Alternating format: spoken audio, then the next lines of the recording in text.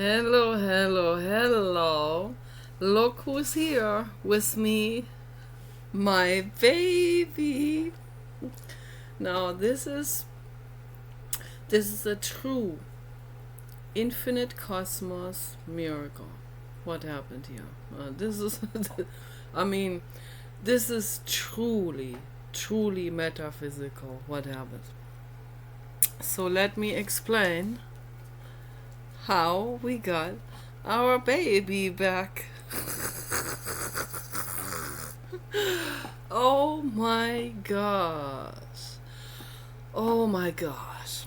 That is a long, convoluted story. That's action movie, kind of. So, I'm gonna wind back yesterday, early afternoon, like 2 o'clock. Paul opens the door to White. The dog gets out. He can't catch the dog. He drives after the dog. I go back in the house to get fully dressed. I don't run out there with my pajamas and get proper shoes and all of that in my backpack. And he was able to he maneuvered the dog running back to the house. And I made the terrible mistake. It's just automatic that I closed the door behind me. I should have left the door open. He would have come right back into the house. Okay. So then he honked the horn. I was in the other room. I didn't think that was him.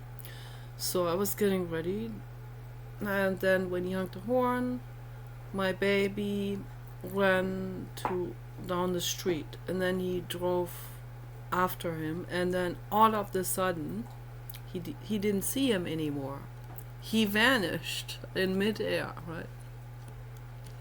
So then I came out there. Paul was driving around the corner and said suddenly he vanished. He has no idea where he went. And then I got in the van, and then we were driving and driving and driving around town. And I said my intuition is that he went over to the cemetery, but my intuition was wrong. So my intuition is not always right. But I did have this funky feeling about the house at the end of the road.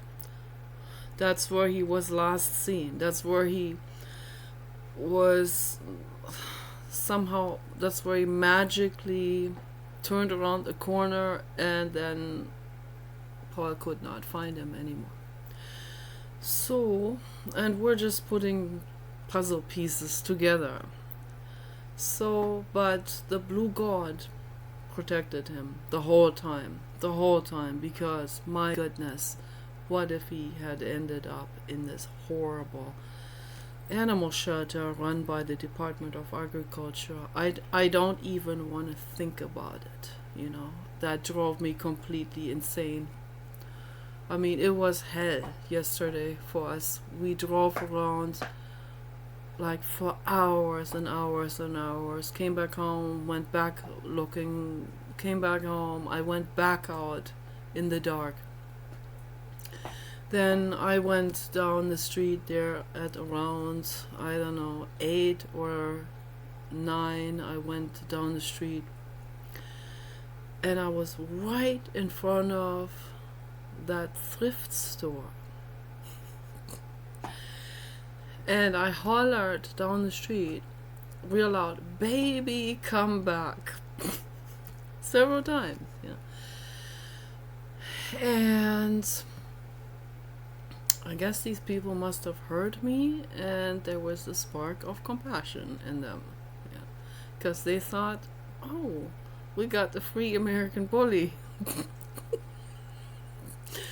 So then I went back in the house. I contacted all kinds of friends on the internet, and Andy Weaver was there helping me, was emotionally, oh my gosh, thank you, angel soul. Oh my gosh, you have no idea how much you helped me last night. that means so infinitely much to me, you know, the compassion and also really good advice, you know, saying just put your energy out there, you know, for him to find his way back to you. That's what I did. I already know how to do this, you know. I'm already a green witch, you know, but it's always good to hear someone give me like a confirmation on that what I'm doing, that what I'm already doing is right, you know. And so it's very important, you know, to just send good energy, love, infinite love, you know. That's all that matters. Not angry rants and which Paul was doing basically, you know, like constantly, you know, we're getting mad at each other for having done the wrong things. And you know, I did an angry rant video before that, so, and he wants me to remove the video, but I thought, no, I'm not going to remove the video, because that's what I was feeling. And making that video before I talked to Andy, making that video was already helping me a whole lot and making me feel better. Okay, so every bit of psychological help is very, very beneficial, you know, for someone, particularly someone like me with Asperger's and an overprotective dog mother with extreme fear for my baby. You know, that was absolute hell for me. So that helped me so much, talking to Andy, and also some other people were nice, you know, and compassionate and understanding. Vin and Justin and the other guy from Badu. So there are some nice people on Facebook, and they have compassion, you know. So and Andy has huge compassion, and I'm infinitely grateful for that, and Sandy too. Okay, but I'm sure Sandy was sleeping at that time, because she's living in France, so she was still sleeping. That was probably like really early morning hours for her, you know, when it's 9 here, and it's like really early morning hours for her. They're 9 hours later than we are. So she was sleeping, but I left her a comment, and all of that helps, you know, a comment to people. I also wrote on the suicide prevention group. I wrote in the chat room. Those guys ignored me, made me mad. So, but it was good for me to make the video, and it was really, really totally helpful to talk to Andy. Thank you. And so, yeah, then we finally went to sleep, and I took a lot of Pieris japonica in order to sleep. So then we slept for a long time. We got up, had another fight in the dining room. You know, always like, you know, accusations and all of this is not good. You know? And then I have to defend myself, and not good at all. And it's, you know, those are habitual patterns with Paul. Very difficult to train an old man new tricks. So I don't know if I can. I don't know if I can talk any sense into him. If I say it sternly, don't do this, and okay, but then an hour later does it again. So I don't know. I don't know what to do about it. It is what it is. It's very, very difficult. Okay. So I took my supplements, I washed dishes, and then I said, okay, I'm going down to the thrift store. I'm going to look for him. I'm going to take the leash with me. I had a strong intuition about the thrift store and about the house at the end of the street. So yeah, that house at the end of this street, and then the thrift store around the corner on that other street. So he said, okay, I'll go with you. We walked down there and looked everywhere. And we were very close to the dog, and didn't even know. And then we went into the thrift store, and I said, okay, I also wanted to check and see if they take the futon couch and the piano. So we go in the thrift store, and we stand there and talking about the piano, the guy trying to find the piano seller here in town for us. And then Paul says, and by the way, did you by any chance see a little beige dog with a black harness? And the guy said, yeah, I did. And I was like, oh my gosh. And my intuition was very strong in that moment that this was him. So this is it. That was my baby. And so then he tried to get this phone number for the piano, and then Paul said, well, the piano thing, that can wait. We just want to check out the dog. And so then he called someone and said, the people with the dog are here. And the guy knew right away. And so the thrift store had too many cigarette particles in it. I said, I have to get out. I have to get fresh air. And as I stood outside, suddenly my baby comes around the corner on the leash with two younger guys. And I was like, oh my gosh, thank you, all of you, all of you. I called everyone angel, and I was just overjoyed. I was so infinitely grateful. I was shocked, actually. This was metaphysical. So then we got to talk to the guy who must have he said he found him over by Walgreens. I am not sure if I buy that story. Maybe that's true.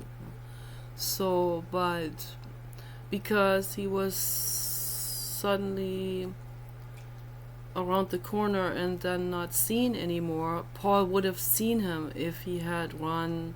Also, if he had run across the street, or if there was a homeless person who had taken him, then Paul would have seen him. He would have seen him, and the homeless person, he would have seen him wandering around there. But there was no more dog on the street. And so that's why I'm skeptical about the version of Walgreens, and that he was found there with an old leash from someone. I'm skeptical about that.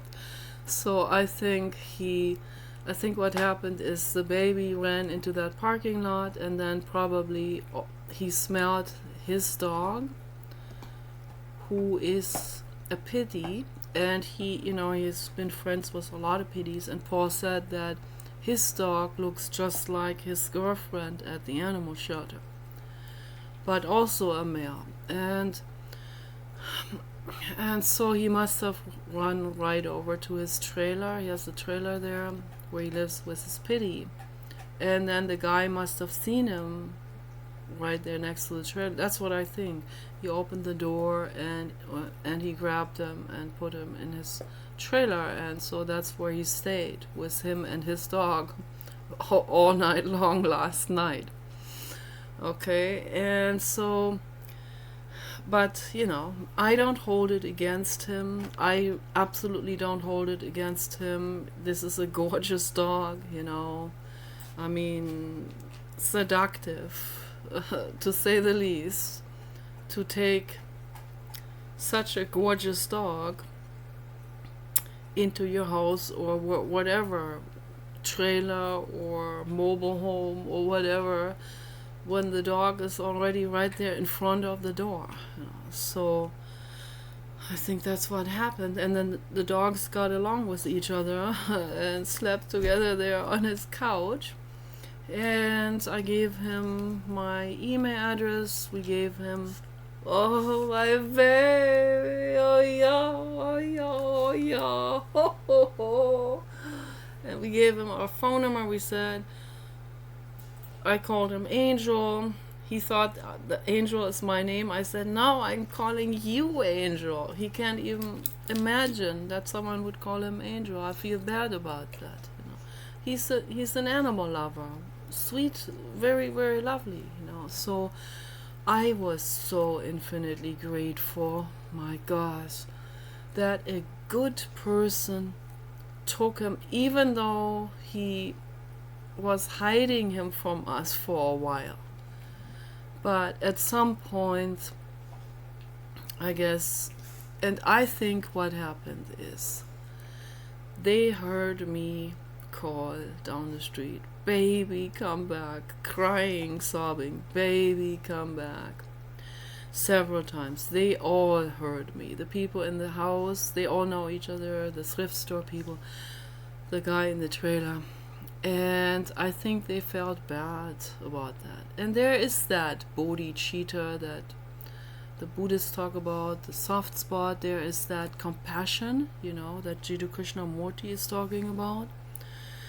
There is that compassion that Jiddu Krishnamurti calls mysterious, okay? Even though some people, they may not even think they are compassionate, or maybe it doesn't even really fit into their self-image. But the compassion is there. And I believe there is compassion somewhere in everyone, deep down. Some have more, and some it is more out in the open, and in some people more buried down. Okay, so that's what I believe. Paul views it differently, but this is how I view it, and this is what I see also.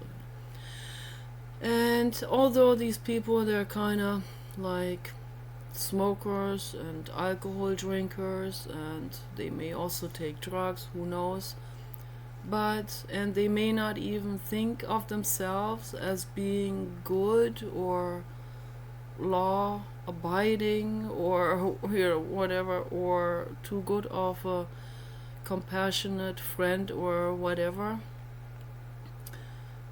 but they do have compassion. I want to emphasize that every one of you, has, if you bring your mind into a quiet mind state, then you see it. Okay, it's right there, the compassion. And so, and I know it's there, the compassion. Okay, and I am infinitely grateful for all of this.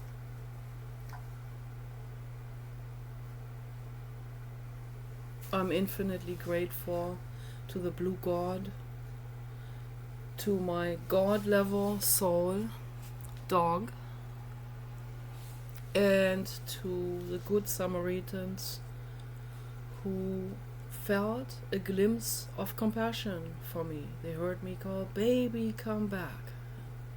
And then we were there in the thrift store, standing there talking about the piano, and Paul saying, and did you get by any chance see a little beige dog?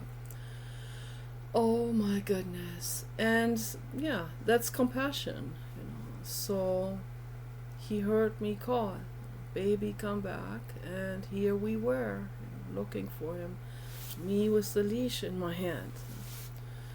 And so he felt compassion, and he called, I don't know if they're his sons, but he called them up and said, the people with the dog are here. So, oh my goodness, we were both in shock. We were both like, shaking. So we walked him back to our house, and Paul wiped him really good several times with a wet towel and alcohol, rubbing alcohol on it too, to get rid of any kind of pathogen and the viruses.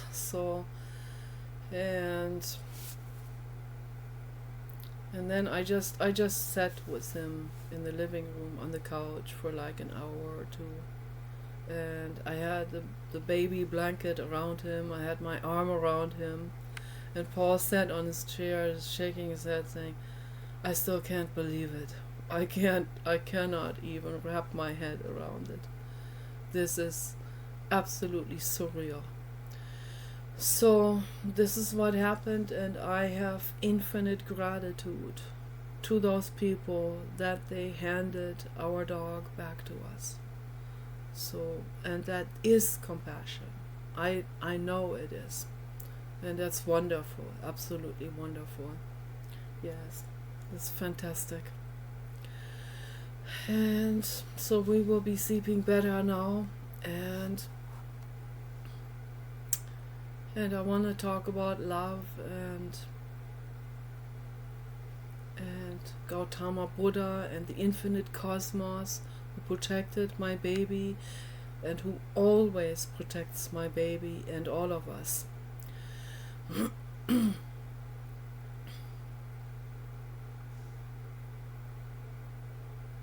I believe that my prayers were very, very powerful. And the mindfulness and giving Paul facts instead of getting really angry, defending myself, standing up for myself, but not being mean. Okay, very important. I try to always remember that, it's very important to do this, and keeping my mind clear and calm at all times. And I said to Paul, whatever, this is hardcore difficult, I said to him this morning in the dining room, before we went to the thrift store and before we got the dog. I said to Paul, this is absolutely brutal, but we must still make the best out of our lives. Okay? We have to do the best we can. And the Buddhists talk about this too, also the Japanese, which I think the majority of them are Buddhist. They have this Japanese word called kaizen. And kaizen means never-ending improvement. I know this word from Tony Robbins because I had Tony Robbins' 30-day audio program, believe it or not. I had that in cassette form, audio cassette form, like really rudimentary. I listened to that on my cassette audio Walkman back in LA all the time. And Tony Robbins helped me a lot. He really did. That was a major stepping stone for me. I would say Tony Robbins was equally important to Arjanov. Two very different approaches, but I want to combine those in my own therapy approach. I don't call it any of those approaches because my approach is a new thing, of course. It is the inwardness meditation process. But that also, I'm making video, but also that contains all of these things in the right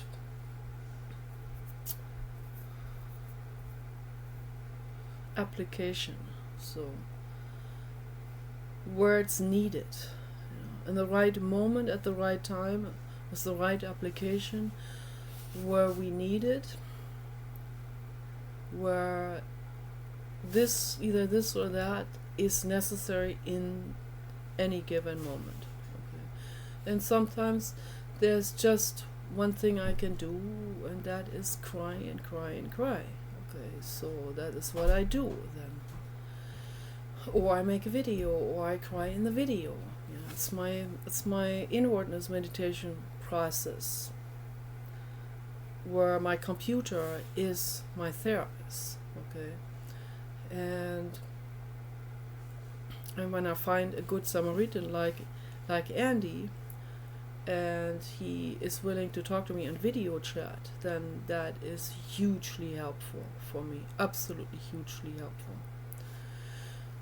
So all of this, they're like all the way around a circle, holistic healing modalities. Many, many, many, many, many holistic healing modalities that are all infinitely important, so that we don't get overwhelmed, so that we don't panic, we don't do something crazy, we don't freak out. So all of these things are helping me in my life. I've been so many times pushed to the very brink where I would, and I talked about this in my video yesterday, where I would I'd be in such like an emergency mental state, that where I have thrown something, but it's never gonna happen again. I promise that to you. Okay, it's never gonna happen again. So I have done huge inwardness processes since then, and the haters help me with this indirectly. So whether they know it or not, they have helped me. I need to put this on him.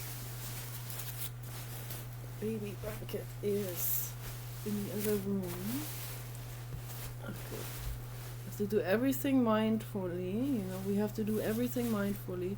Because if I didn't do this mindfully now with the jacket, for example, the computer would fall. Okay, so breathe. My fat butt sitting on this. Hard to get this out, but if I yank it out, the computer would fall. So I have to do it mindfully and gradually. Okay, and then I can move this jacket over. Yes, and I can cover my baby with it. It's a jacket. There you go. Okay. All right, there you go. Keep your dogs warm, particularly American bullies. They're like this here, almost velvet. They really are. Their coat is so short. He shivers. I saw him shivering many times already. Today too, out there. So that's why Paul wants to buy him a vest with padded material inside. That's very nice. But it was apparently a third-party vendor on Walmart, and he doesn't want to buy through third parties. Maybe Walmart will get. I got myself smoothie now.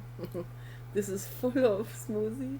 It's really great. It's pineapple and oatmeal, all vegan, and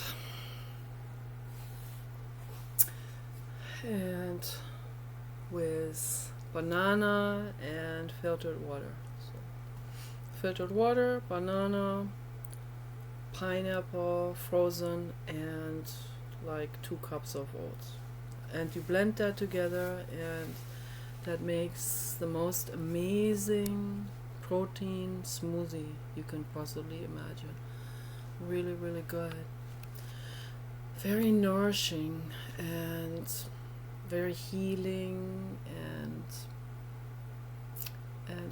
this is like 3 meals in one. Okay, you can drink that over the whole day. You don't even need anything else. So this is really, really good stuff.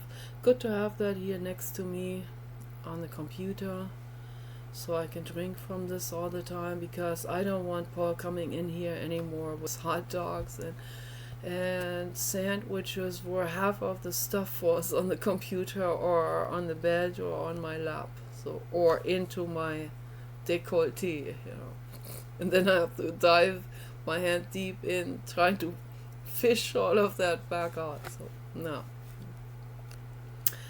I said I'm coming in the dining room, that's where I'm supposed to eat, and so anything else, like I might eat a Toblerone here, but not even cookies anymore, cookie crumbs, I don't want any of that in my bed. So but the smoothie, that's really perfect, I like that. So I also made rhododendron tea because we were in that thrift store, who knows, then Paul got all panicked. He said that those guys, they're sick, they're coughing, oh my goodness.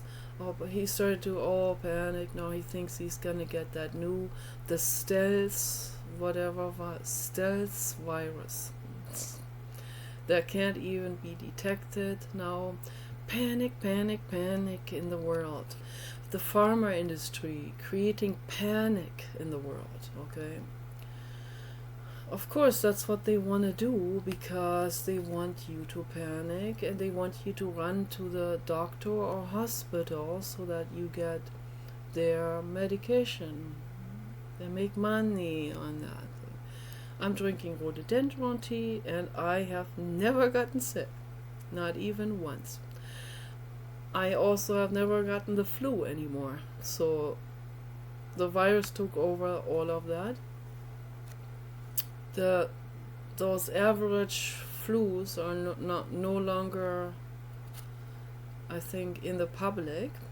So, and yeah, right in the beginning of 2020, when the first virus started, I did research, because we have rhododendron in massive amounts at the other house, at this house too. We have 2 rhododendron trees here as well.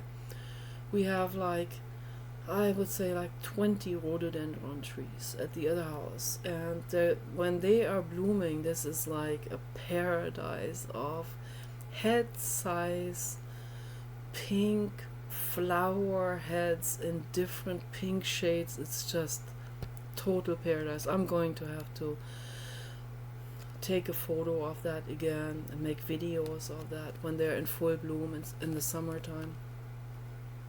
So and we also have a Camellia japonica, which I had already been researching. So then when the virus broke out, I thought, what if they are antiviral by any chance? So, and I researched that, and lo and behold, they are, okay? And not just speculated on or tested by a green hippie, which is of course good too, and I believe them, but this was peer-reviewed, scientifically proven in India at universities and the United States. So this has been proven. Okay, rhododendron is a wide spectrum antiviral, and so is Camellia japonica. Camellia japonica is in the tea family, so that is one variant of that, what people know to be black tea or green tea, but this doesn't contain tea or any kind of caffeine type. So there is no caffeine or tea or anything that agitates or wakes up the nervous system. So quite the opposite. It has a calming effect, and it even has an effect where if you have been exposed to radiation, it has an anti-radiation effect. So it soaks up radiation and flushes that out of the body safely, which is really remarkable. and it's a liver cleanser, definitely antiviral, antifungal, antibacterial, anti-carcinogenic. So amazing, amazing stuff. And just keeps you completely healthy and your liver as well. And so I drink this a lot, particularly when I was shopping out there, when I went among other people. I drink this and it tastes great and it keeps me healthy and extremely strong, so I feel much stronger. Ever since I started on the tea with Camellia japonica and rhododendron, I felt an enormous surge in energy and strength. So that's when I started to lift these 8-gallon water containers up on the dryer with one hand, with one arm. Paul is always shocked when he sees me do that.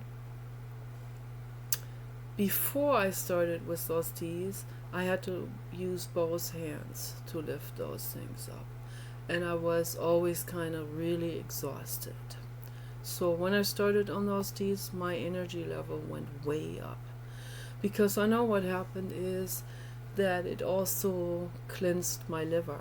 And my liver had been really struggling also, Last time I had a blood test done.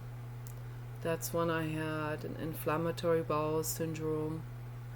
When was that? We still had Kenny at that time. I think that was in 2013 when we sold the motorhome. I overdid chocolate from Belgium. He got me these 3-pound Belgian chocolate bars. They tasted so good. I was on the computer all day long and really eating these chocolate bars non-stop. That was a big mistake. That's not healthy for us, okay? My face broke out. Those videos are still out there somewhere on YouTube, on one of my dormant channels. I don't know. That would take a long time to find those. But man, I looked like I was really sick, with broken out face and pimples all over the place and crazy, like a complete mental mess also. But I had already been researching about raw food. So I wasn't doing that, but I had been researching and I had been watching raw food people's videos at that time, like binge watching actually. And even though someone may not even listen to the health advice right up front, it's good to be surrounded by that. It's good to watch those kind of people's videos anyway, whether you follow up on that, listen to their advice or not. It's good to watch those. Watch one of those every day. It can't hurt you. This will sink in eventually, and it will particularly sink in when you need it. Okay, so when you get sick, then your mind will rewind and say, hey, wait a minute, you watch this raw foodist person's video. He's right. They are right. Listen to them. Okay. Why don't you apply it now that you have an inflammatory bowel syndrome or whatever you may have? Okay, you might have a rash, you may have something worse. Okay, so listen to their advice. Do it. It can't hurt you. It can only help you.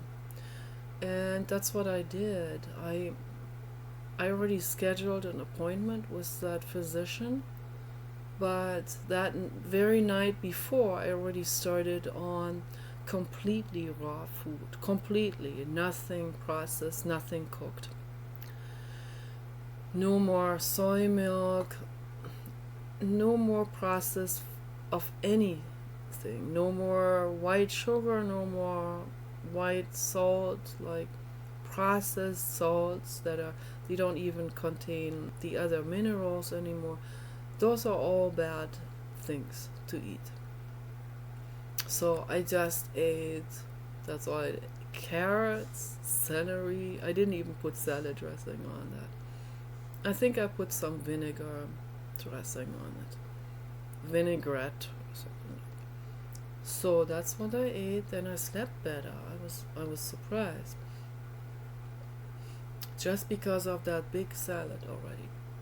Oh, and then I was constantly chewing on a ginger root, a raw ginger root. So I found out that's very, very beneficial for your intestines. That helped right away, right away. So the pain let off, diarrhea let off. I had a real severe inflammatory bowel syndrome in 2013. It was so bad. That's why I scheduled the appointment, even though I'm opposed to going to the doctor.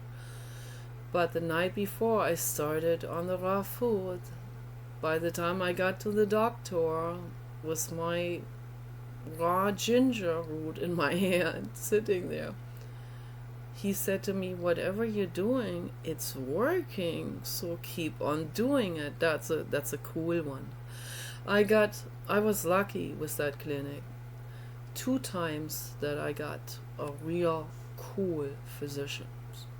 Really, really cool. 2 times.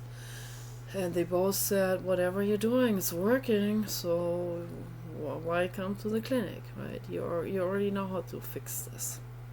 And I was so grateful to them that they didn't have their ego in the way, because most physicians, they'll try to brush that off and say, oh, that's just your imagination, or oh, that they never heard this, or oh no, that's just whatever, they'll call it hogwash, whatever. Yeah, that's how seems like that's how most physicians have been that I have been to.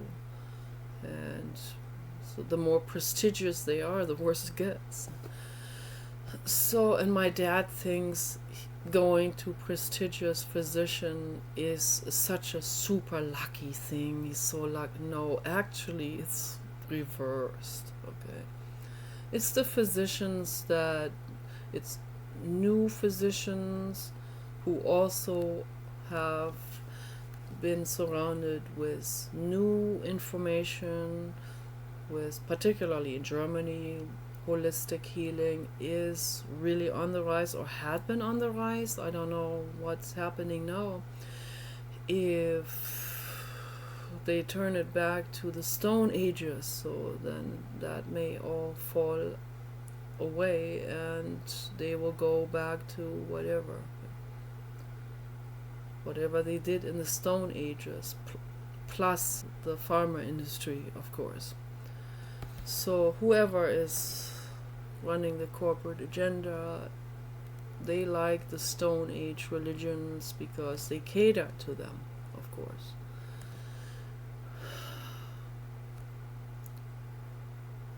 But I healed my inflammatory bowel syndrome with raw vegan plant food. And I stuck with that for 3 weeks. That was pretty good, pretty darn good. I stuck with it after this inflammatory bowel syndrome healed up within 3 days already on raw food. But I stuck with it anyway because I didn't want it to relapse. So I wanted to make sure that my intestines are healing up really, really well. And they did. And then Paul said, why don't I make us pasta with spaghetti sauce after 3 weeks and at the other house? And I was like, that sounds so darn seductive. I can't say no to this. And then I relapsed back into cooked stuff and junk, and then eventually back to chocolate. I had phases where I was off chocolate for like 2 years at one point. When we had Kenny, I was completely off chocolate. I was off synthetic perfumes. I gave all of my synthetic perfumes.